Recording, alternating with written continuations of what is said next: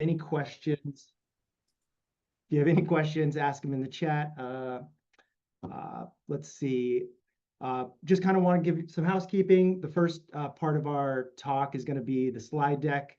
The second half of the talk, we're going to kind of work through the SBP29 operator system.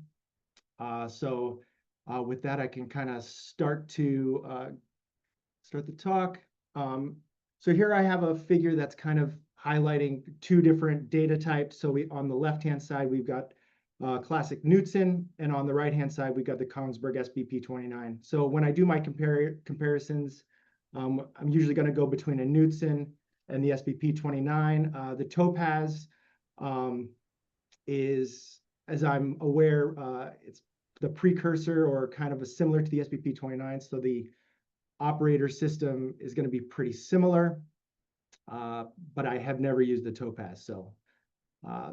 So just to kind of compare and contrast these two, the Knudsen has a pretty wide beam, around 20 degrees, while the Knudsen has multiple TX beams at 3, 6, and 12 degrees.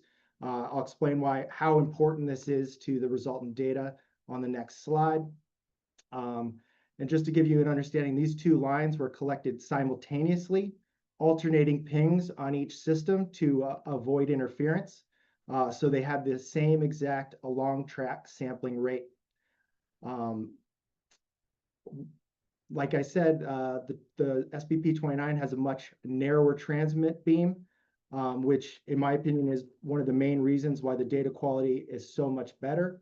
Another thing that the Kongsberg does that the Knudsen doesn't is, while the Knudsen does correct for heave, the SBP29 is integrated with the multi-beam system, so it corrects for heave, pitch, and roll, providing some of the most beautiful data that you're going to find. Another thing to compare and contrast these two systems is, don't quote me on the bandwidth for the Knudsen, but the SBP29 has a much wider bandwidth, so you're going to get a lot better vertical resolution in the Z direction. So why is the beam width on a sub-bottom profiler so important? And it's pretty simple. The recorded seismic trace that we record in our SEG-Y data is essentially a summation of all return ray paths. So what this figure right here is showing, here, let me see if I can get a laser pointer. All right, so essentially what each one of these colored cones is representing a 3, 6, 12, and 20 degree beam, okay? And the ray paths within each of these beams are infinite. However, when these ray paths are returned to the receiver group, the more coherent these returns are, the better your signal is going to be. And conversely, the more out of phase these returns are going to be, the more incoherent or the broader your spikes are in the resultant trace. So a good analogy is, imagine multiple people singing in harmony. The song is very crisp. You can understand all the words. You know what the beat is. However, if your wider beam here has really incoherent signals coming back, this is when everyone's out of tune. Nobody's singing on the right beat. So that's why having a narrower beam is going to give you more coherent signals, because most of the ray path traveled near nadir. And this nadir is basically the vertical line orthogonal from the ship, hitting the sediment water interface and traveling back orthogonally. So all 90-degree angles is kind of the goal, but obviously you can't have that. So the narrower the beam you can have, the more coherent your signals are going to be. And that's really important when you have a varied slopes and topography of the sediment water interface and the sub-bottom stratigraphy. So in an example, when we have, flat, consistent layering of sediments, a wider beam probably is okay. But in varied topography that vary, the narrower the beam, you're going to get more coherent even with that varied topography. So that kind of gives you an understanding of why the 3-degree beam is pretty ideal. So these are our various ray traces for this same reflection right here. So in time t, this red box, blue, really sharp reflection right here. Green, yellow, and orange, we start to spread out and the reflections are more incoherent. So that's kind of one very important part of the SBP29 system. The other important part of the SBP29 system is we have a much larger transducer array that is integrated with the multi-beam receiver array. So just to give you kind of a compare, this is the Knudsen sub-bottom profiler transducer array, 16 elements. This is the Kongsberg SBP29, much larger. We only have 16 elements here. We have 96 element array, and the various arrays allow us to produce that 3, 6, and 12 degree beam. It also allows the SBP29 system to directionally move up forward and aft up to 10 degrees. In addition to that, because of the integration with the multi-beam system, we can actually receive off-nadir returns, which we're going to talk about in the next couple slides. So why is this directionality so important? It's because being able to steer the sonar package where the sediment water interface is not flat produces better specular returns. So in this example, we're going this direction of the boat, we send our signal down, and unfortunately, it's going to scatter, right? So not a portion of the transmitted signal is not going to be returned to the receive array. However, the 96 element array allows this system to be steered forward and aft, like I said, 90 degrees, and this increases our specular return. So we're going to be able to send the signal down, and most of that signal is going to be able to come back and not be scattered out. And that's basically because it can steer and do beam forming, beam steering along this transducer array. So like I said, this SBP29 system uses the multi-beam receive array as its receive array as well, which allows us to record these off-nadir returns. So here's a good, let's see if I can get this to play. This one.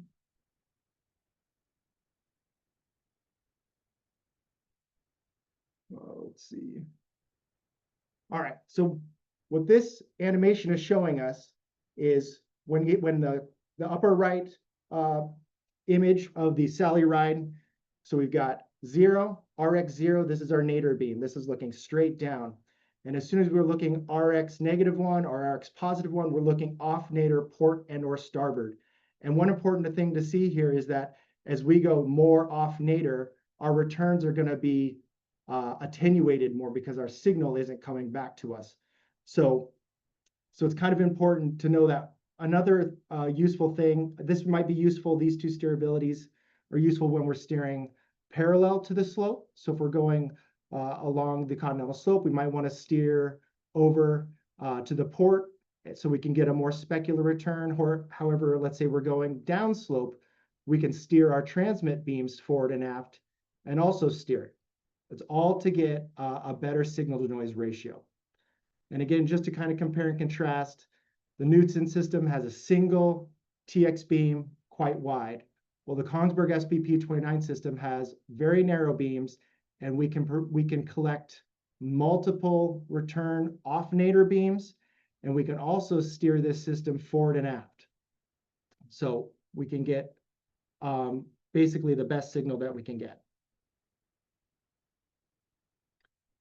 All right. So this figure right here is kind of showing one of the, this is on the RV Sally ride. It's going to be the operator system. So, you could kind of set these up as you want on your own research vessel. In this case, this one right here is the SBP29 operator system. You EM 712, 124 here, and the rest of your sonar suites. But essentially, we've got our transmit transducer array, and this I right here is going to be the multi-beam receive array. There's lots of electronics going in between that we're not going to get into today. So now we're going to kind of discuss the operator system. This is kind of the scariest part of this as an operator. So there's multiple different windows to really worry about. The main windows we're going to talk about today are what to do in the property area and when to do it, how to read the status area, how to change our visualizations in our various echograms, and what our single trace data are actually telling us. So here's kind of a more useful interaction of what's happening here, where this is our ray trace as it's coming, or our single seismic trace as it's coming back. These are our off-nadir returns, and this is our seismic line as it comes in and it's being processed before it's being displayed. So the whole point of us going out is to collect these data so we can explain various phenomena out here. So what I'm going to tell you right now is the data structure. So this is another new part of the SBP29. Typically, we work with seg-y style data, where you have seg-y header and trace header, and then trace data. So that's kind of more this approach over here, where the workstation, you have some data output after it's been processed, and we'll go over that a little later in this talk. And then you have various seg-ys that are going to be recorded. An update to this system that kind of makes it a little different than the Knudsen are these Topaz raw files. So these Topaz raw files are useful when you're reviewing the data. Essentially, they're a seg-y with multiple trace data within one file. So you can actually look, you have to download one file, and you can look at the nadir beam and then the off nadir beams, as many as you record. Whereas if I'm integrating a seg-y data, I've got to look at each one individually, and you can, but these are more useful if you're going to be bringing them into Kingdom or Siosize or some other software. This seg-ys are going to be what you're mainly going to be using. So there are 4 different operating modes for this system. The main ones that we're going to discuss are going to be our survey mode and our replay mode. So while we're out collecting data, this is the mode we're going to be in, and this is going to be our replay mode. This is how I review data and playback data. You can make figures with this. There's another mode down here called convert. So within the convert mode, you can take a raw Topaz file that has all these various embedded seg-y trace data, and you can convert them to a seg-y that can later be used in Kingdom Suite or other third-party softwares. But you can't go the other way around. When you leave the ship, most likely you're going to have a directory full of raw Topaz data and a directory of seg-y data. So now I'm going to kind of go over some of the various operating parameters for the SBP29 system. One thing just to keep a note, everything I'm about to show you are screen grabs from the manual. So the manual's out there. If you email me or somebody, I can find it and send it to you. If not, you can get it from your institution. But the manual it's pretty thick, but it has lots of information on it and really help you kind of understand what's happening here. So the first thing we're going to be talking about is our transmit mode. So for our runtime parameters, we want to mainly choose normal. All right, if we're going to be collecting data. Now, if we're going to be not running, not transmitting, you'd want to be in off. But if you're collecting data, normal chirp seismic data, you're going to be in normal. Burst mode is a little bit more, and we may touch on that a little bit later in this conversation, but normal mode is our typical sound gets transmitted, goes through the water column, and then it gets returned to the system. And then single pulse, it's more about testing. I think you might be able to do some other things with single pulse, but normal pulse is kind of where you'd like to set it. Transmit cycles, you're going to select none for this. Synchronization. So there were some questions about synchronization. So in this example, fixed rate, basically this system is going to run on its own.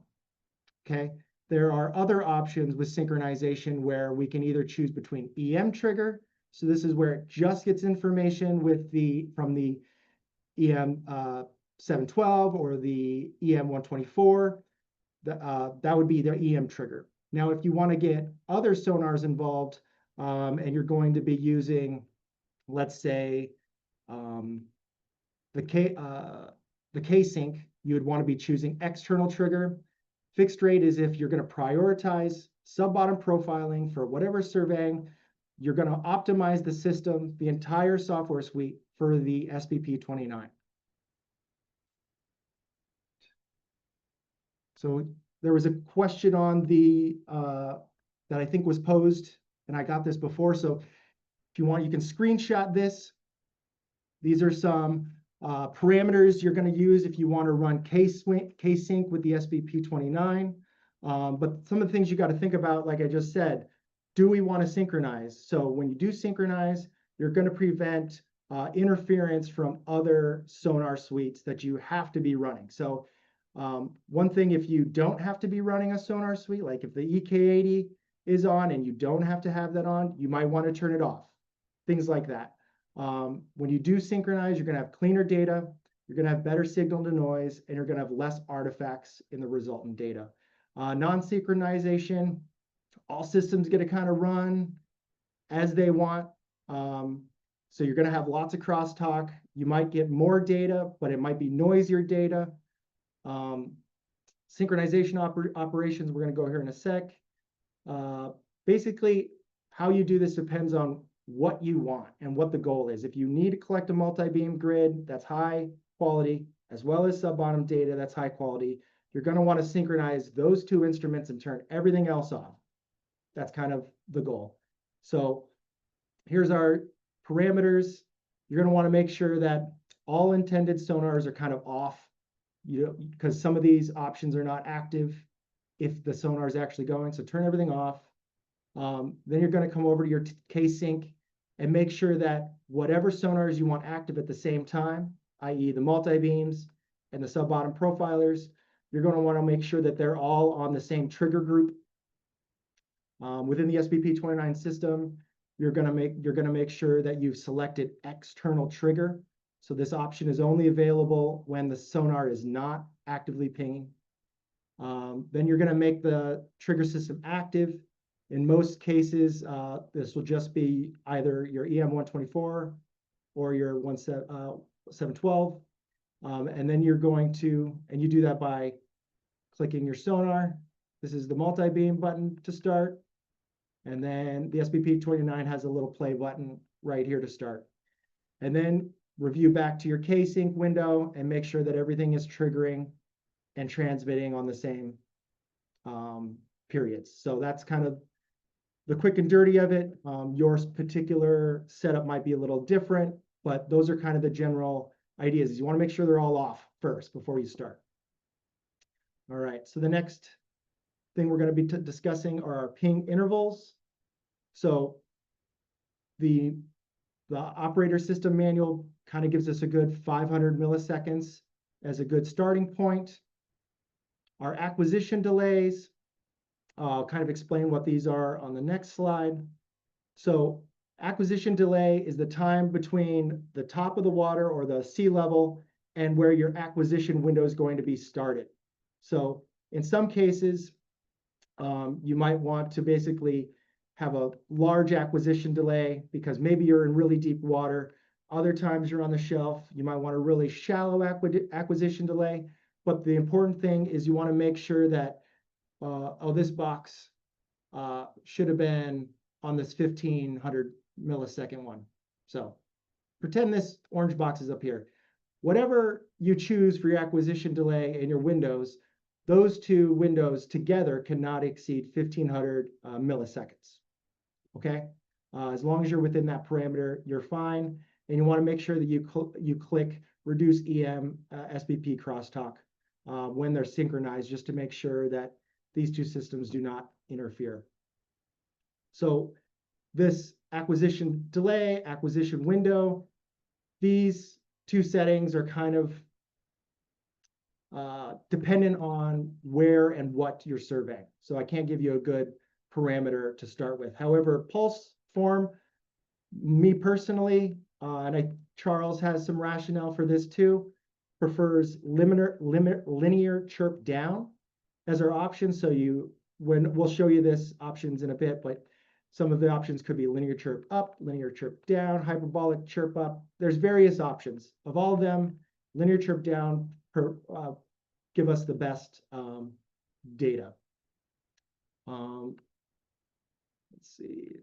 Next option, swept low frequency. So like we said in one of the very first slides, bandwidth is very important. We don't want to restrict that. So you can go ahead and hard set our low frequency to 2000 hertz and our high frequency at 9,000. So this is our full bandwidth that the instrument can give us. Moving down to pulse shapes, power lengths.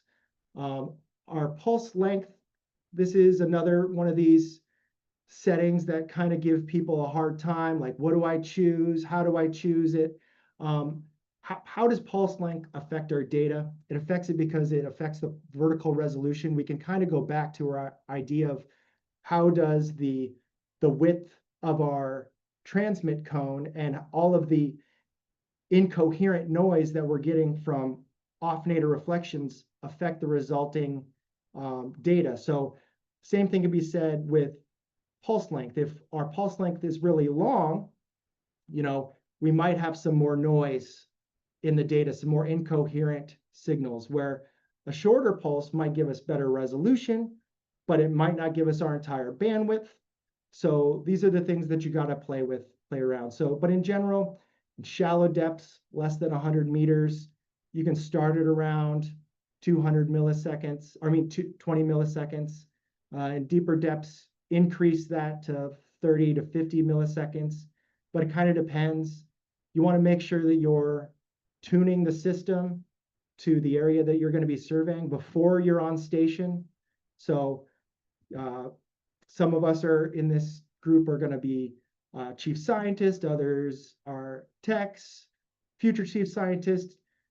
Before you get on station, you need to be tuning the system. If you're on station and the bridge calls down, says we're at waypoint 1, and you haven't already started tuning these parameters, it's a little too late.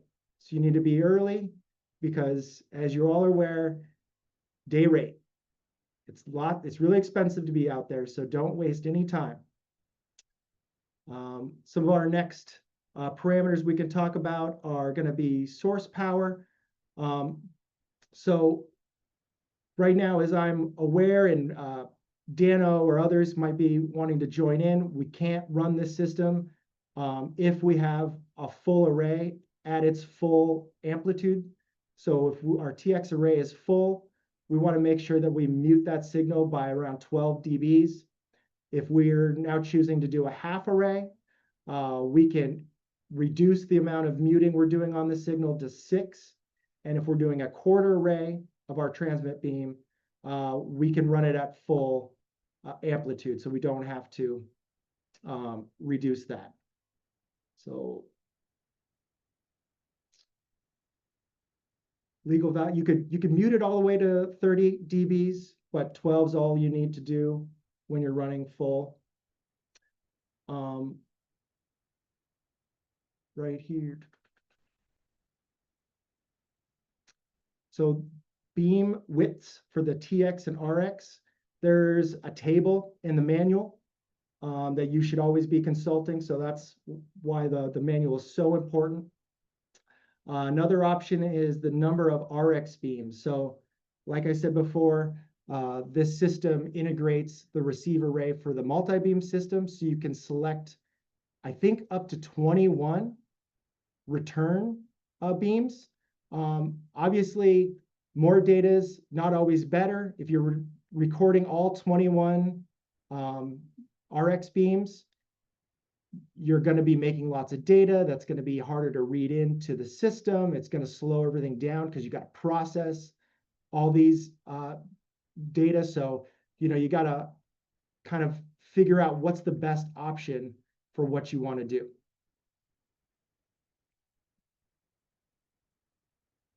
So, and again, all these options are available in the manual that kind of give you quick reference points. So 3-degree antenna for our receive array. If you're greater than 20 meters, 120 meters, you want to be full array.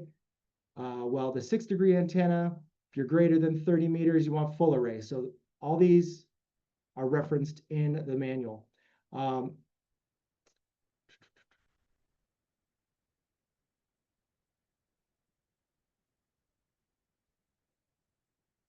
right, so before we get to the operator system where we can kind of walk around and introduce you to it, one of the requests from the survey was, what are some successful survey tips and ideas? So probably the main thing is, before you go out, if you're a chief scientist or if you're a future user of it, get yourself a copy of the SBP29 operator system. You can put it on any PC, and you can basically replay data that's already been collected and get yourself more familiar with the system. You want to meet, this is a very complicated system. If you're out on station and you start to do some button smashing, you're gonna change some configuration you can't get back, and it may slow your whole survey down. One of my other big things is read the manual. You too can become an SBP29 guru by reading the manual. Another thing we want to talk about is defining clear objectives. So is our objective just to understand what the sub-bottom stratigraphy is? And if that's the case, then we're going to optimize our entire sonar suite for just imaging the sub-bottom. However, if we want to do sub-bottom with multi-beam, now we've got to kind of change how we are going to configure our systems. And again, to sync or not to sync, right? We want to know what is the priority of the survey. And obviously, resolution versus penetration needs. This is going to kind of drive our frequency choice, our line spacing, and all of our other configurations that we're going to be discussing in the next part of this talk. Another thing you want to know is understand the limitations of the SBP29 system, as well as your multi-beam system. So some limitations of the SBP29 system that I've found is, if you have a very sandy seafloor, the SBP29 system is not going to image through that very well. The sand is going to scatter and attenuate that sound, unfortunately. So in all cases, you're not going to get data, good data, if you are trying to image steep slopes, despite the ability to beam steer forward and aft and record these off-nadir beams. Steep slopes are still a difficult thing to image well. So this comes back to survey planning. Make sure that you know what you're going to get into when you're out there. Obviously, always check for potential interferences with other systems. And like I said, unless it's absolutely necessary, as an SBP29 system operator, and this is more tuned to people that are just wanting the sub-bottom data, your standard operating procedure or policy should be not to interfere, right? So if we're going out there and the goal is to do an SBP29 survey, the fisheries people may not be happy, or whomever is wanting these other sonars, turn them off if you can. Don't make anybody mad, but if you don't have to have it running, don't run it. Another thing is, just because the SBP29 system can collect the data at 10 knots doesn't mean you should. Now, it does collect great data at 10 knots, but now if you're also collecting multi-beam along with it, now the multi-beam data is going to be a little rough because you're going very fast, and some other things that may affect the ultimate data quality. Sea state, if there are lots of waves, don't go 10 knots. You got to go a little slower. If you're going 10 knots, the system's integrated from the multi-beam. It's getting the internal motion unit corrections. It's doing all that in real time. And the wave state's pretty bad. The system could crash. I've had that happen before. So just kind of know the limitations of the instrument. Optimizing line space and orientation. So again, what is the objective? Know your system, know what the goal is, know how to align your survey plan with your objectives given, sea state, time constraints, and all these things. All things that you need to be considering. And again, consider environmental conditions. We already kind of talked about this. Water depth, slope, seabed roughness. Plan for weather issues. These are things that you need to consider. And always you have to balance the resolution of your data and the quality of your resolution versus efficiency of collecting it. So these are all things you have to be considering. Survey speed should match ping rate to avoid data gaps. You know, we can go faster. 4 knots is ideal. You can go all the way up to 10. Burst mode, we may talk about that a little later if you're interested.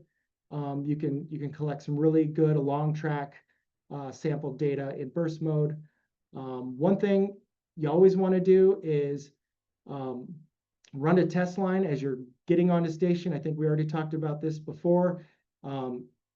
If you're at your first waypoint, it's too late. If you're not getting good penetration, change some of your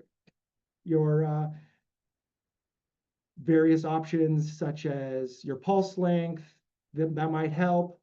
You might change your TX angles, you know, kind of try to tune the system so before you get on station where you're going to be collecting great data. And just note that every change you make to a collection parameter, i.e. our pulse length, our various TX beam widths, that sort of thing, that's going to create a new seg-y. However, if we change thing in the visualization window, which I'm going to show you on the next part of this talk, that doesn't make a new seg-y. So when you get on station and you've gone past your first waypoint and the crew and the bridge is driving you along track, don't make any changes to a collection parameter because you're going to get a new seg-y that you're going to have to concatenate to make your pretty pictures for your posters and your manuscripts. Data redundancy in QC. What I would say is just make sure the data are good. So I had one crew was out on the Sally Ride. They were collecting data for a little while. And then they eventually, a day or so later, brought the data into Kingdom Suite and they looked at it. It was all weird. They said, it looks weird. And so I got on the Starlink and I looked at the system and they had not been enveloping the data in the system in the right order of the processing workflow. So that created some issues. So we're going to talk about the processing workflow when we're looking at the operator system, but it's a good option to not wait until you're back on dry land to look at the data you collected. Do that while you're going. And with that, I think we're gonna move on to we got 2 questions from Lance in the chat. Yep. All right. Cool. So this is kind of a little bit separate from surveying, but this first question is, does the system have a pinger mode where it only listens for incoming pulses? Because I know that the Knudsen, I think it was a 12 kilohertz, though not on the 3.5, you could actually put it in pinger mode. So as you're deploying equipment, if you have a pinger, it would kind of trace that along the track. That's a good question. I do not know for sure, but I know that's a good question because the system shares the listening array. Okay. Multi-beam. So that's maybe Dano, Clay, or others might know the answer or and chime in, but I don't know the answer to that. Okay, we can follow up on that too. Yeah, not to my knowledge. This is Charles. Okay. Dano, same. I am furiously going through the manual right now, searching for release, and I have not found anything. So I don't think so. Okay. Yeah, the first question he had was about pinger mode, and then the second question he had was, is there a straightforward way to integrate third-party deck box to use the transmit and receive unit, sort of like using it for acoustic release? Oh, I don't think so, and Okay. I would be surprised if a vessel operator would allow that just because of liability and needing to, we have to let Kongsberg stand alone. So if there's a problem, it's a Kongsberg problem. Yeah, I know typically on the ships that I've worked on, we've kind of had like a separate transducer that's just like a 12 kilohertz that you can hook up kind of a deck box to do the send and receive for acoustic releases. So Well, Clay asked a question regarding our upcoming survey on the Neil Armstrong. Will we have Mammal Watch service? This gets to what Bo was talking about a few minutes ago. When we use the full array to, thank you, to drop the source power 12 dB. What that does is it lowers the source from 227 to 215 dB, which is the agreed upon de minimis source level. It's Knudsen legacy that NSF and NOAA and USGS have agreed upon is the level at which we do not need any marine mammal observers or daylight only operations. So Clay, on Neil Armstrong, we are never going to exceed 215 dB. When you go to half array, what happens is it goes from a 3 degree to a 6 degree beam width, if I remember correctly, and it drops down to 221 dB. So then you only need to reduce the power 6 dB to get to that 215 dB level. And a quarter array, if I remember correctly, Bo, is at 9 at the 9 or 12 degree TX. That might be 12 degree. It's at 215 dB. Yeah, it's essentially the Knudsen, so it's at the agreed upon amplitude. Are you going to talk about near field, far field, and shallow water needing to always go to half array or wider? Well, I think I mentioned it before, essentially right here in the manual. Always reference the manual. Where is it at? You passed it, Right Bo. Well, there was a. You had a table. Right here. That's the one. So the manual is a wealth of information, and it kind of gives you an idea of how to set up the system to make sure that you collect the best data. So if you're in greater than 120 meters water depth, full array. Here we are.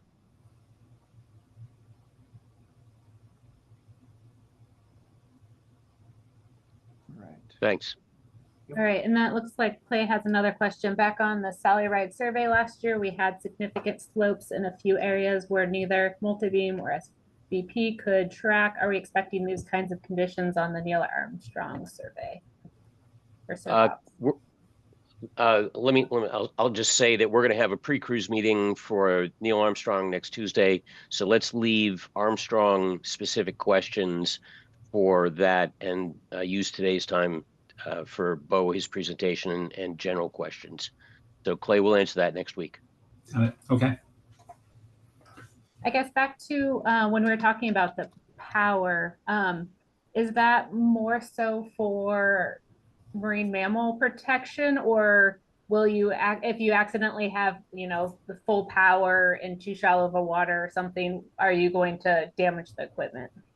You're not going to damage the equipment. It is within U.S. territorial waters. So let's be clear.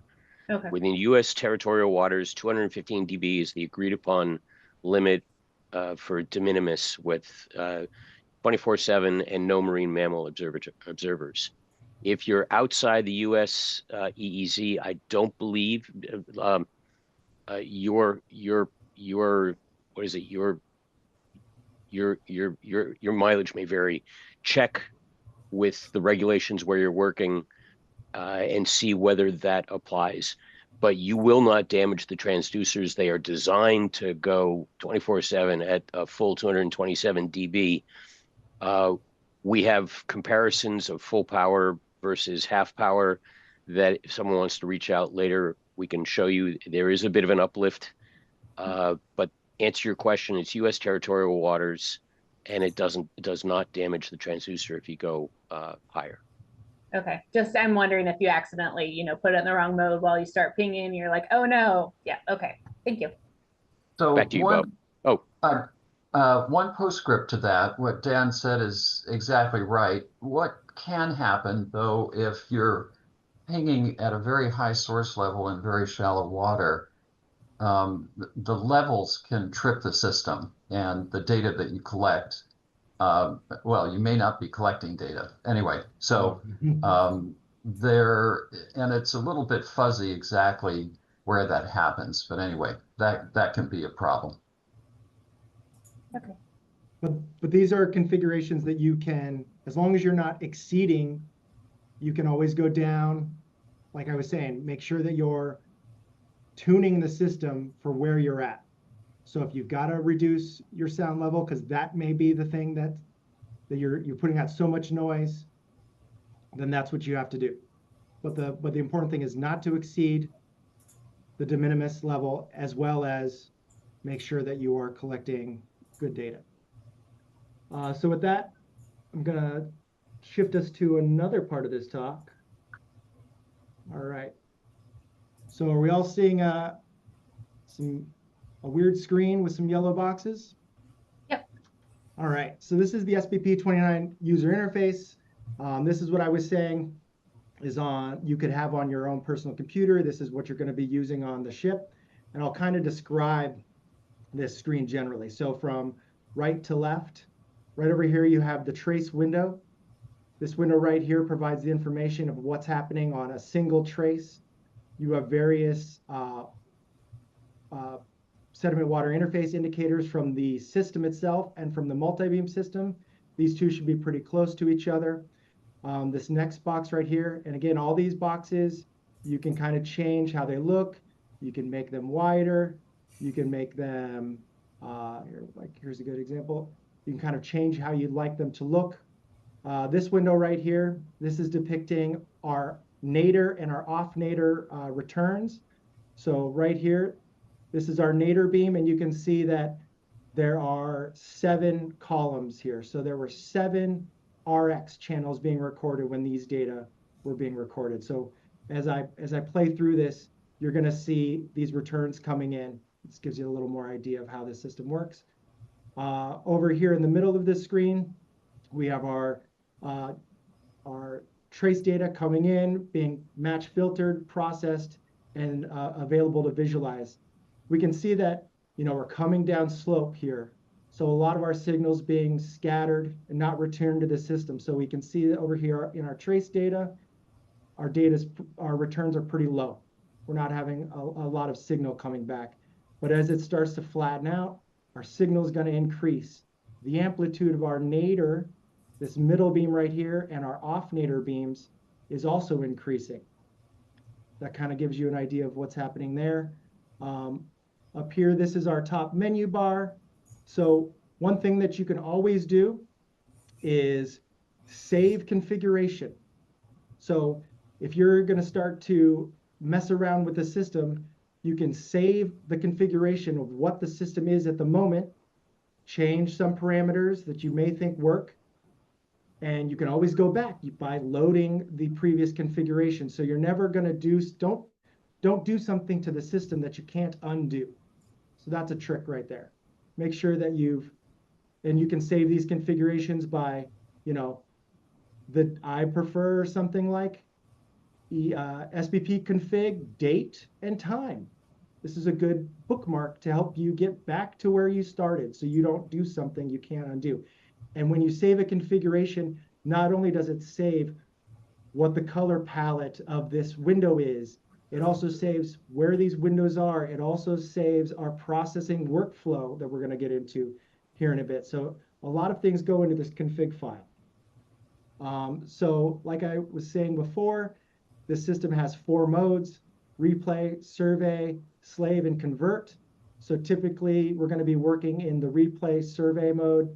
The convert mode, like I said, you can go from a Topaz raw file to a SegWi file. You can do some processing on it as well. Survey, this is kind of where we're normally going to be working. This window right here on the left-hand side, this is all of our runtime parameters. Any change to this in this window right here is going to make a new SegWi file. So if you're in the middle of a survey line and you start changing, what is our acquisition delay? What's our window? What is our, are we going to chirp up or chirp down? What's our source power? Any change to that is going to make a new file, which is going to cause you to do more processing on the end. Now, if you have to change something like our acquisition delay because you're running out of space and you got to go down, that's fine if you have to do that. But the goal is to know what you're going to be collecting before you collect it, so you can set up the system so that it actually knows, or you're actually planned on what's going to happen. So let's kind of work through these. Transmit mode off, normal, burst, single pulse. So like I said, these are different modes. Normal is where we're going to be normally pinging. We're going to be fixed rate. We can start changing all of our delay parameters. Here's our various pulse form options. I said there were lots of them. Prefer chirp down. Our source power, this is where, if we're running our full array, we're going to want to be, -12. Just type that in.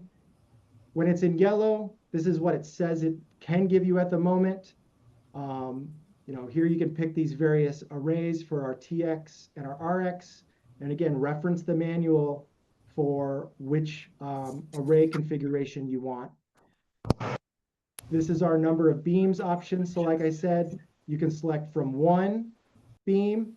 So this is just a single, very similar to the Knudsen. We're just going to collect the nadir beam, and all the way up to 21.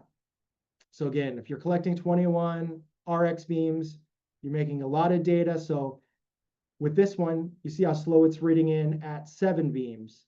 If I was reading in 21 beams all at the same time with this software, it'd be 3 times slower for this to happen.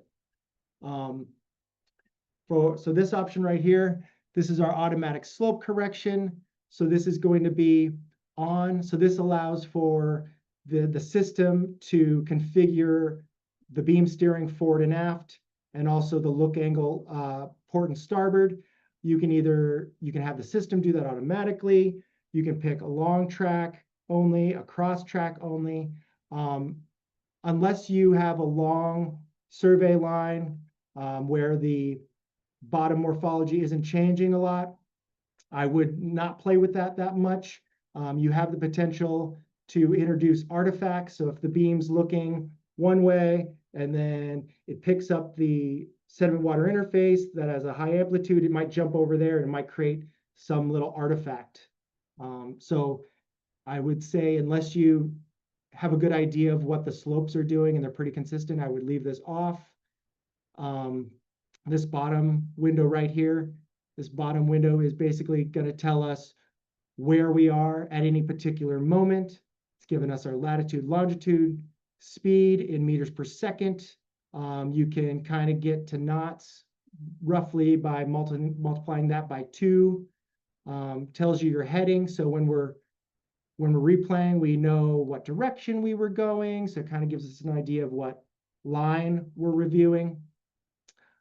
Some other options, it's telling us that we're linear chirping from 9 to 2000 hertz. So we're linear chirping down. It gives us our ping interval.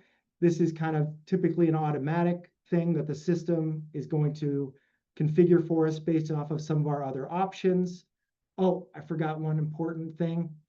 After you get done with your runtime parameters here, you want to make sure you click send. Send is like, I've set it and now it goes. And then you would come back to your transmit mode and go normal, and you would actually start pinging. So that's kind of our system parameters. There's other. So Bo, should those boxes go from yellow to white after you hit save during acquisition? Yes, but not always. So if we were actually on a ship, they should all go white, but they're going to remain yellow if you give it a value that the system can't do. If there's a configuration that you're trying to set up and say, oh, I want the ping delay to be some number and my acquisition window to be some number, but my maximum window length, those 2 numbers exceed it, it'll remain yellow until you pick a value that it can actually do. So the yellows are kind of an idiot check. Can I do this? So, but well, so like, and another thing, for example, number of beams. So you see how there's 2 windows here? So I could pick 7, right? And it might give me 7. But like, let's say I'm running and I pick 13. On this window right here, it says, well, you want 13, you're getting 7. So that's another way you can read that window there. Acquire water column data. I've actually never used the SBP29 to collect water column data. But maybe next time I'm out, or Dan, next time you're out, you can kind of do that. So here's the place that people can get themselves into trouble, is the processing workflow. So unlike the Knudsen, which kind of, you get what you get. The Knudsen collects the data, it does a match filter. In most cases, it's going to do some enveloping on that data unless you specifically don't want the envelope data, and then it makes a seg-y. This operating system is a lot more intense. It can actually do some really advanced processing, like it can do time varying gains, it can do mutes, it can do swell filterings, it can do stacking, it can do all sorts of really cool things to make your data better. But you want to make sure that you record raw data always. So the important thing we want to point out here, so this processing chain is in order from top down. So the first thing you want the data to do, so in this case, we're reading the data in. While you're out on the boat, you're going to be reading the data in, and you're going to be filtering it to basically play, and you want to do a matched filter. Okay, this trip data is useless unless you do a match filter. The next thing you want to do when you're underway is you want to do this processed data logger. So it should go straight from match filter, process data logger. If this process data logger was, let's say, down here in the process workflow, now I'm recording seg-y data that's had a gain correction. It's had bottom tracker. It's done a time varying gain. So now I'm no longer recording raw data. I'm recording process data. So that's an important thing to always be considering. So how to move these various process workflows around is you click on it, you can go up or down. So make sure this goes up. Right here, this is our data plotter 1. So if I click this, so let's all look at this right-hand side for our single trace. And what we're seeing right here is full waveform data, meaning we have positive and negative amplitudes. This attribute processing right here, this is our enveloping function. So as soon as I make the data plotter 1 below attribute processing, you're going to see that now we have just envelope data. So that's kind of telling you what's happening. So if I had my process data logger below my enveloping function, I'm no longer going to be recording full waveform data that can now be processed with third-party software suites. I'm just recording envelope data, which is less data just by the process of it. Some other things that can happen is we can mute. So let's just see what happens here. I'm a mute, selected, I enabled it. Now I'm going to press apply. So we see now the water column is nice and white. All the noise in the water column is gone. But you see, every once in a while, that system, it kind of loses it. Even though these are nice, smooth, there's a nice smooth bottom. So, if let's say your process data logger was below mute, now we're losing data. We're not recording what we need to be recording. Some other things that we can do are our time varying gain.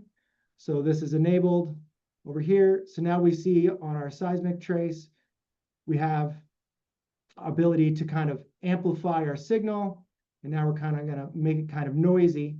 But these are some advanced processing functions that this software has. And again, as long as whatever you're doing is below the process data logger, you're not affecting the recorded data. That's the big takeaway here, is make sure that you're not messing up the data you're recording. You can always go back and do these sorts of things, but you can't undo processing like this. Hey, Bo, before you keep going, we got a couple of questions in the chat, Sure. if you don't mind. Well, so first one is just a comment from Clay. I agree that the slope correction, just to leave it off, I don't think I've ever seen a noticeable improvement in the data. Lance asked about if it can accept an external sensor input, like a surface sound speed sensor data. Do you guys input It SBPs? integrates the sound speed from the multi-beam system. Okay, cool. So if you end up putting like something in the sound speed manager, it'll integrate it. So there's no need to mess with the software. Nope. Okay. It's integrated with the multi-beam system, so you don't have to do that. Okay.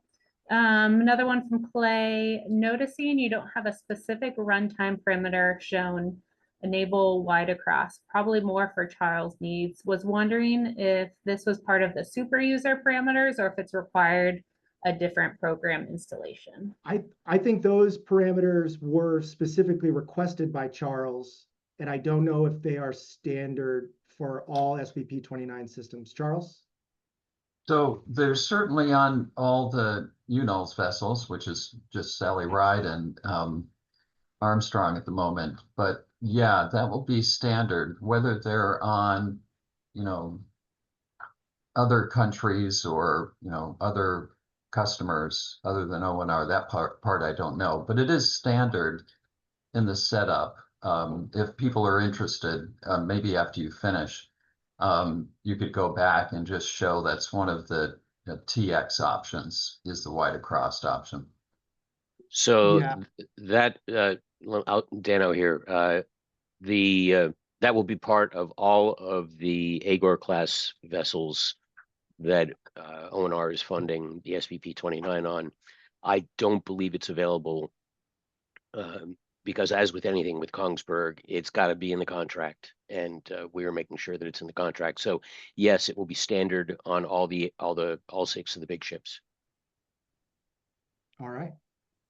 Oh, Bo, as long as I've got the horn, what is the vertical scale? Are you in milliseconds, meters, and how far apart are those lines? My screen doesn't. We will get to that in the next tab.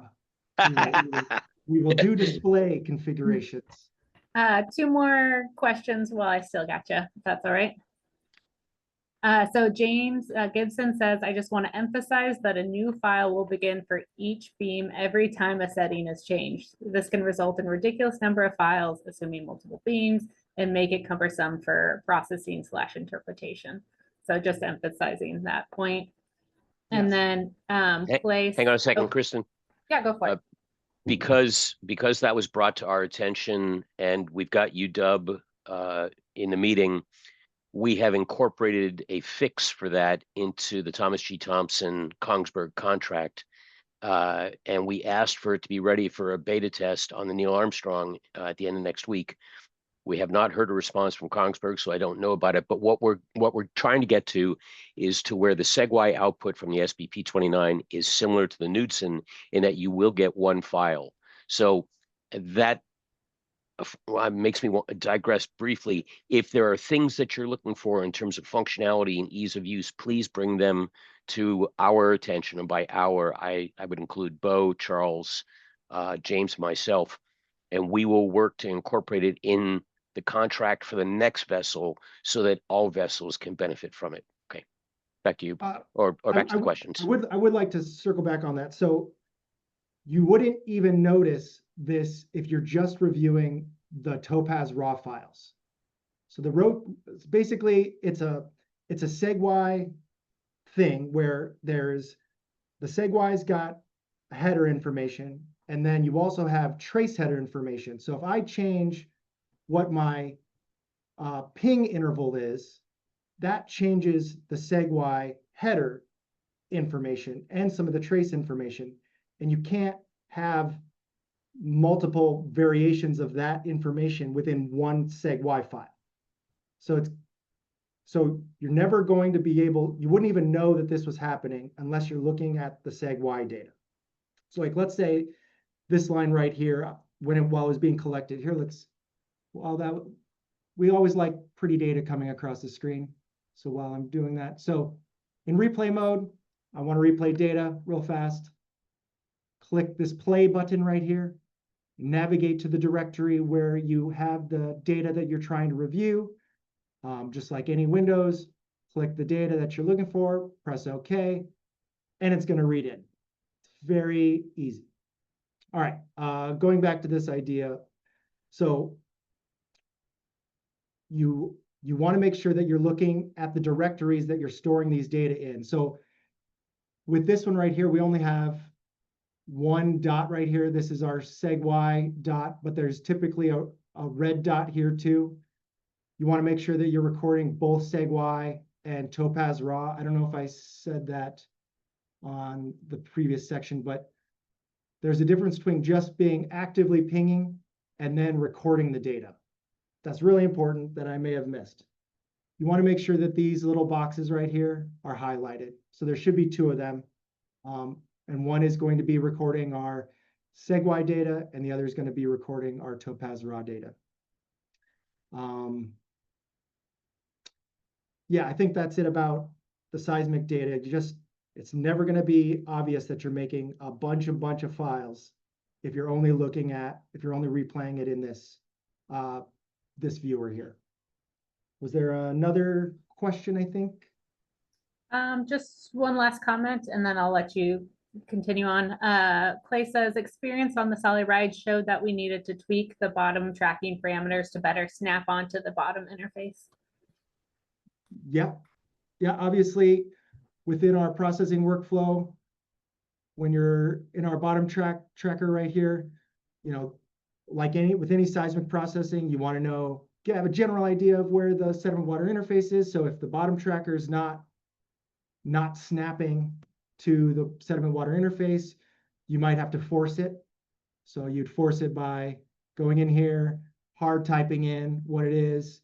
So you click off auto search, go in there, type in what it is, and press apply. You might need to do this a couple times if you've got lots of varied topography. And obviously this is our threshold, so this goes back to how we actually find the sediment water interface. Sediment water interface is typically the highest amplitude return that you're going to be receiving. So that's kind of what that is. And yes, you may need to toggle this. If you've got varying topography, you might need to make the search window wider. If you've got nice flat seafloor, you can make that smaller, but there's obviously trade-offs, and whatever you do, you can kind of play with these down here as long as, again, you're below the process data logger. If I haven't said that enough, going back to this bottom row, we still have, we know that our source power is -12, just like we're supposed to be. Pulse length around 40, so we're in deep water here, like we said before. Some other configurations, it's giving us some readouts from the multi-beam IMU down here where it's telling us what our roll, pitch, and heave is. All right, so we went through system, processing, and now we're going to go to our display. So this is another function that kind of sets this system apart. And again, if you're working in this display function here, you're not affecting the recorded data. So if I go here to view 1, I've unclicked echogram 3. So I typically don't like having echogram 3 going because it just gets a little cluttered. So what I usually do is come up here to the view. You can turn off echogram 3. You could also turn off echogram 2. You can kind of configure this whole screen how you want it in this view one. If I go here on the display list, so if I want to work in echogram 1, you see all of our options change. So if I want to put a little less vertical enhancement on this, I can change my pixel width, and now I've stretched everything out. A little more vertical exaggeration. Currently, I'm adjusting to current window length, but again, if it's having a hard time locking on the sediment water interface, you may need to unclick that box, force it, right? Some other options. Dano asked a little bit ago, what do these boxes mean right here? So here we can actually configure what these boxes are here. So you can enable grid, so I can take it on and off. So essentially what we're looking at is the horizontal lines. These are going to be our milliseconds, our two-way travel time. Using the sound velocity from the multi-beam, you can actually convert it to meters. So now we're in meters. And one thing you can always tell when you're in meters without even looking over here is you see how this horizontal line is kind of jagged. And that's because it's constantly getting input from the multi-beam system, changing the water velocity. So a jagged line like this tells us that we're looking in meters, and that's what our vertical scale is here. And you know, I like to work in milliseconds, but you can obviously change whatever you want. So as your tick spacing, if I want to go from 200 meters to, like, say 300 meters, now I've stretched it out. So now I have an understanding of what's happening in a long track sample. If I want to change this from 50 milliseconds every horizontal line, I can change it to 25 or whatever I want to give us a scale to understand what is the feature that we're looking at, what is the aerial or map view actual representation of it. Some other options down here. So I said when we're collecting these data, we're also collecting off-nadir returns, and we can see that right here. But right now we're only looking at this middle one right here. Here, let me turn this mute off. It's kind of annoying me. So I'm unenabling the mute, press apply. So now we're no longer muting it. So we'll go back to display. So like I was saying, right now we're looking at the nadir beam, which is the middle beam. Well, like, let's say I wanted to look off nadir beam. I could go -2 or.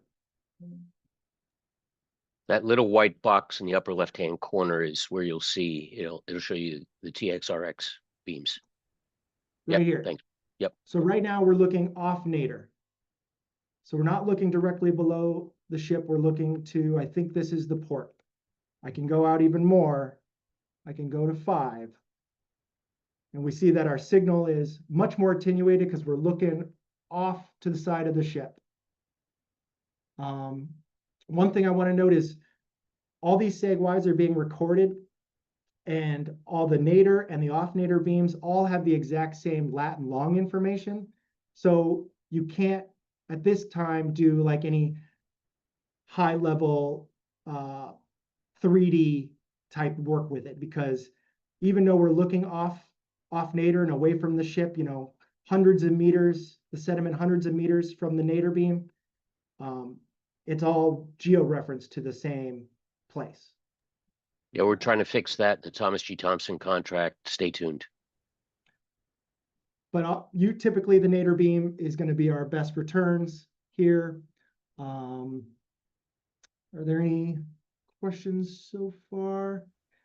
Nope, I Legend. don't think so, but I do have like a very, very basic question, and you Sure. probably explained this in the beginning, but I'm a little bit more of a visual person. So while you're collecting SBP29 data, since you're using part of the multi-beam system as well, do you get to collect any multi-beam data Oh, during this, or do you? Okay, so you're Yeah, getting the because the sub-bottom profile as frequencies- well. The frequencies aren't really overlapping in a meaningful way, and they're kind of pulled apart by the system. So as long as they're recording synced, you're not going to have these, like in this, when we're recording this,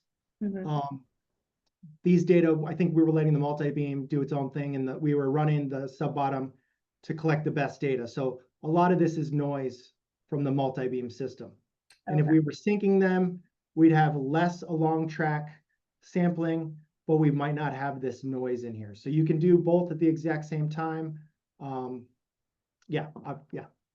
Okay, thank you. One last thing I want to show you about the display. So you can go to each one of these echograms and change the various configurations. So right here, echogram 2, this is our a cross track.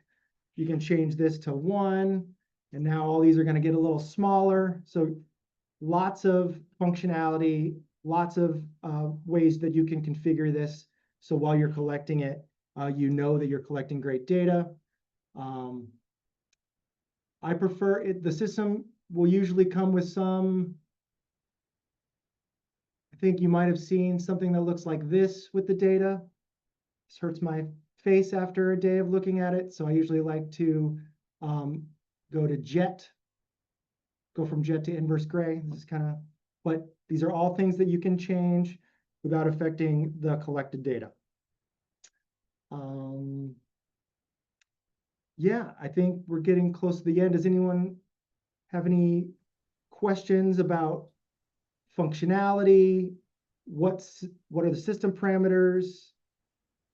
I think Clay had another question. Hey, Yep, Bo, can I've you got read a it? I've got a picture of the gondola from the Botempu Pre, if that would help, kind of understand the shared RX separate TX if you want. Sure. Yeah, do you want to share your screen? I can make you co-host. You got it. All right, you should be able to share. Yep, just real quick. This gets to your question, Kirsten. So this is the gondola that's mounted on the bottom of Sham's ship, the Botempu Pre. This is a Pathfinder class vessel. All the Navo ships have a similar gondola. This is the multi-beam TX. So this is a 1 degree, 12 kilohertz multi-beam. So a similar size SBP array gives you the 3 degree. So that if we paired it with an EM304 that has a 1 degree system, it would be half the size. It would be a 6 degree system. But both the multi-beam and the sub-bottom are recorded on the same receive array. The signals are split in the frequency domain. But Okay. with the transmit, Bo mentioned this earlier, you can steer it 20 degrees forward to 20 degrees aft. Whatever you set it for is what you get. But all receive beams can be recorded. So if you're looking at straight down and you've set it to record 7 beams, you can go back and look at those later. Back to you, Bo. Oh, yard workers for scale. Those are They're always helpful. French. Well, I don't necessarily have anything more other than questions or comments while we're all still here. Clay, your mic's on. Okay. I put a comment in the chat box there. I remember back on the Sally ride, we had some conversation with Bjorner, and it was about maybe had to do with the ping rate and burst mode or something like that, and had to do with the, what was it called, the ping duty cycle. And he had mentioned to me something about either they'd made a program change or they just said you can change it and there was no issue with the safety of the system or something. I'll try and find that out. I can't quite remember, but that was one of the issues. I think it was in burst mode that it affected. Yeah, if you're in burst mode, which is a whole nother thing, the sample rate and the amount of sound that's going out there and the amount of beam steering and computation that needs to happen is pretty high. So like when we were actually on this survey and going into pretty rough swell, we crashed the beamformer multiple times because we were pushing the system a little too hard. So that's why I'm not necessarily talking about burst mode today, because there's lots of things that could go wrong with the burst mode. But the burst mode's great. It collects some of the best data, but that's an advanced functionality of the system that brings with it its own artifacts and things you need to understand how to work the system. So in an intro, maybe in the next talk, we can talk about burst mode. All right, and then Reggie has his hand up as well. Go ahead. Yeah, thanks. I didn't want to take plenary time on this issue, but I'm the one from ONR that's pushing for getting these systems on the Navy ships, and just wanted to let you know what our intentions are so that you don't hear from someone else. But the intention is to put these on the Sally Ride, the Neil Armstrong, Tommy Thompson in December, and ultimately with the Atlantis. I think that'll be next year, so that all the ships have the same systems. We also want to develop something that's similar to what happens with the multi-beam class, at UNH. We'd like to have a sub-bottom profiler class developed for teaching at UNH, and that's a work in progress. And we've spoken to a few folks about that. And of course, a plain English operator's manual, which is a lot of what you've gone through today, on how to operate the system to get the best results. It's a work in progress. I don't know how long it'll take. And then the other intention, which is a little bit farther out, is to, and with a strong caveat that the chief scientists of the crew opinion rules, we'd like to figure out how to get these systems to default to on. So this would try to provide IHO quality bathymetry while underway, as well as some interleaved sub-bottom profiling. So clearly it would be coarser. Dan and Charles and others are in conversation with Kongsberg about how this might be implemented, but it's on a not to interfere basis with the chief scientist's intentions. It's not meant to burden the shipboard techs. It's meant to record and have some sort of AI ML so that some of these quality issues we've been talking about are automatically fielded. But we would be supplying larger hard disks for the ship so that disk storage wouldn't cause any angst or anything like that. And we want to try to get more out of each ship's day. That's the intention of this. The ship day is expensive, and there's a lot of holes in our sub-bottom data sets, and there's interesting geophysical data to be learned here below just what the multi-beams give. So we'd like to try to work out how to collect that. We have ideas about how to have remote shore-based operators dial in and process the data. So, and again, it doesn't burden the ship-based technicians, and that the data is available when the ship comes back to the dock, and it's uploaded and publicly available to all. And I think the only other, and again, not to interfere basis, if there's other goals for the cruise, this is all tabled. We wouldn't run it while we were on station, all those things. And then Martin Sideris, who's with Metron and also Portland State, is working on a real-time sub-bottom profiler cross-track display, which I'm not quite sure. Maybe Dan, you know where this would sit. It's either on the bridge or down where the techs are, so that you get an idea of what the cross-track. Sorry, Reggie, it will be right next to the display that Bo has described here. So down in the main lab. Yeah. So you get a bigger picture than just what's just directly below the ship. And maybe that'll be ready for next year. I think they're going to do some beta tests of it on the Armstrong cruise coming up. And I just want to emphasize that we welcome feedback and guidance on how this could best be implemented. Not interested in burdening anyone, just trying to get these systems to be automated so we can collect more data and fulfill, NOMEC goals and national critical minerals goals, and fill in a lot of these gaps. So that's just up front where we're headed. We're obviously not there yet. So thanks all, and over. Yeah, thank you so much. Thanks, Reggie. Alice, did you want to add something?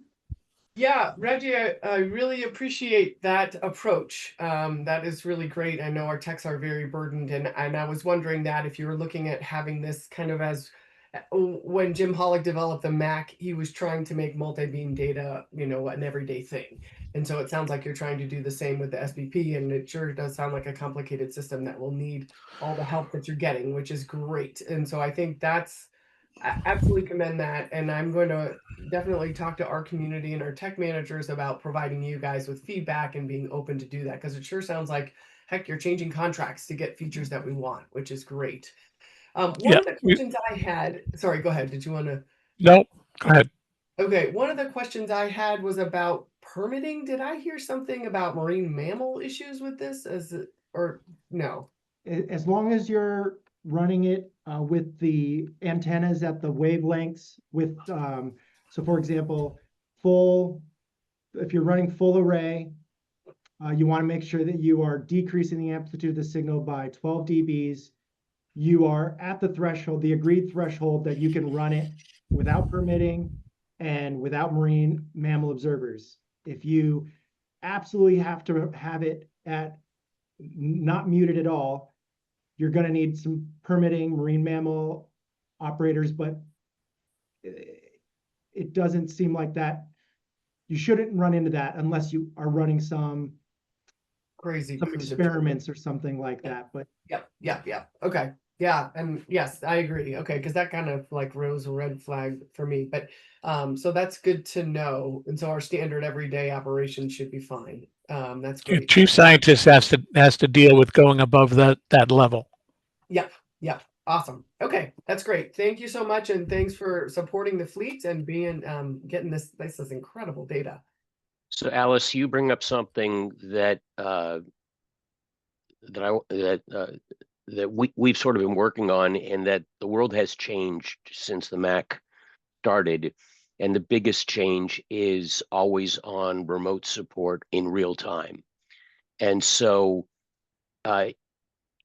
with ONR's support, we have 100 hours a year of senior SBP engineer at Kongsberg, and it's Bjornar who invented the system. And that's available to any ship, any Agor class ship with an SBP29. But you've also got, Bo, and you've got me and James Gibson, Charles. And so what we're adding to the hydrographic workstations, if they don't have it already, is Teams or Zoom, so that, for example, on the Sally Ride, Bjornar could take control of the SBP29, because he knows where every button is and every menu is, and in real time talking to you about what he's doing, he'll go through it. So from a seagoing tech standpoint, know that you have a bench, and the bench is available. And if you can give us a heads up, one or more of us can be available to jump on a Zoom or Teams. And like Bo commented, when they were off Oregon, and they had an issue, and it just didn't look right, they got Bo on a Teams, and he was able to figure out it was the windowing. And so that's what's changed. We are here, and our goal is to develop a community of people who understand as many of these buttons as they can. And like Bo said at the beginning, start by reading the manual, 248 pages. Just carve out time and look at it, but then know that you have support. That's awesome. Thank you guys so much for that support. Yeah, thank you. We just have a couple more minutes. Lance, you have your hand up. Hello. Yeah. I guess to loop back a little bit to what I had asked in the chat, in the context of I think I had heard that there could be discussion for putting things or advocating to put things in future contracts, things of that nature. I would just provide my personal experience with the sub-bottom profiling system on the Kilo Moana anyway. I think it'd be fair to say 80% of its usage in my 6 years on board has been either for pingers or for releasing acoustic releases, like with an OBS group, or with a group that has elevators to make ROV work. And so it is just really cool to see something integrated with multi-beam and surveying. I've done so little of it, but especially for sharing a receive array with the multi-beams, which usually are running somewhere in the 12 kilohertz range for that. I think it would be valuable if maybe at least a pinger mode there. That's still Lance, your voice is coming in and out. Oh, yeah, I'm at sea. It could be bandwidth. So Lance, I heard you about being able to use it for acoustic releases. I think the last thing you would want to use for releasing an acoustic release is a narrow beam TX. And to that point, Charles has been spearheading the use of a single element for the broadest possible beam. And so we can take this under kind of discussion. We have the fortune of having Kongsberg at sea with us on the Thomas G. Thompson, December 1st to the 15th, and we'll bring that up. But until we know that we've got a broad beam TX that can work with acoustic releases with the SBP29, I don't think we're going to be removing a system that's tried and true. Yeah, absolutely. I think maybe just having the discussion with some folks at the fleet, like OBS groups or groups that dredge, that use pingers, like what sort of capability are we losing, or can we replace it with things that are already on board elsewhere? I think there's certainly some releases that work with Sonardyne systems. So just a thought. Well, Lance, it may be too late to put it into the Thomas G. Thompson contract, but it's not too late to put into the Atlantis. So we'll work on it. Are they Yeah, removing the talk to Knutson the off of techs too. these? Are they removing the Knutsons off of these No, ships? So because it takes money to take the Knudsen off. So and it's great to have apples to apples comparison, and it's great to have that around just in case something goes south. So far, no ship has removed the Knudsen. so that still has that Yeah. functionality like it always did. Right, Bruce Applegate said it would cost money to take it out. Forget it. Using the SBP29 for an acoustic release seems a little not what the instrument's for. Yeah. And I guess just to add, Brendan Mendenhall says most vessels are not replacing the 12 kilohertz transducers. And I'll kind of echo this. So with the new RCRVs, we actually have two 12 kilohertz, one up with the EK80 system and then one on the center board. That's designed to either work with the Knudsen system, or you can switch it over to use it with the acoustic release. So just kind of echoing that even the new vessels that are coming into the fleet are still keeping that technology. And just because we have about a minute or two, there's a question here for Robert. Oh, it looks like you already responded to him. So under 215 dB, it falls under a categorical exclusion in the US. And the answer is yes. Okay. Great. Well, I just want to wrap things up because we're right at our hour-and-a-half limit. But I just want to go ahead and say thank you so much, Bo, and everybody for joining us today. We really like having these What Went Wrong Wednesday conversations. And if there's anyone on the call who also wants to present on a subject matter expert for some other instrumentation, let us know. Feel free to email me or the tech training subcommittee. Yeah, Bo, any last words? Thank you so much. No, I just want to excited for more users of the system. If you have any questions, again, Dano, Charles, myself, we're more than willing to help you. If you got an issue while you're in port, that's even better. Out at sea, there's lots of tools now that will make that a little easier. So we can always jump on a Teams or a Zoom and kind of help get you figured out. So you're never alone with the SBP29, but there's lots of buttons. Read the manual, get the software on your computer, play around, get some data that has already been collected and just start playing around with it. That's how I got familiar with the system, is just reading in the data, becoming familiar with the ins and outs of the software. What does all the buttons do? That's basically it.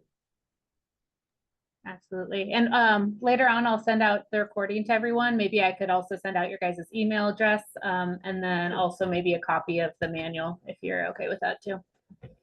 Yeah, and maybe we'll figure out a way, Dano, to provide a copy of the operator system too. We can work on that. Hey, great presentation, Bo. Thanks. All right. Thank you, everyone. Thanks for coming Thank you. today. Well done. You all have a great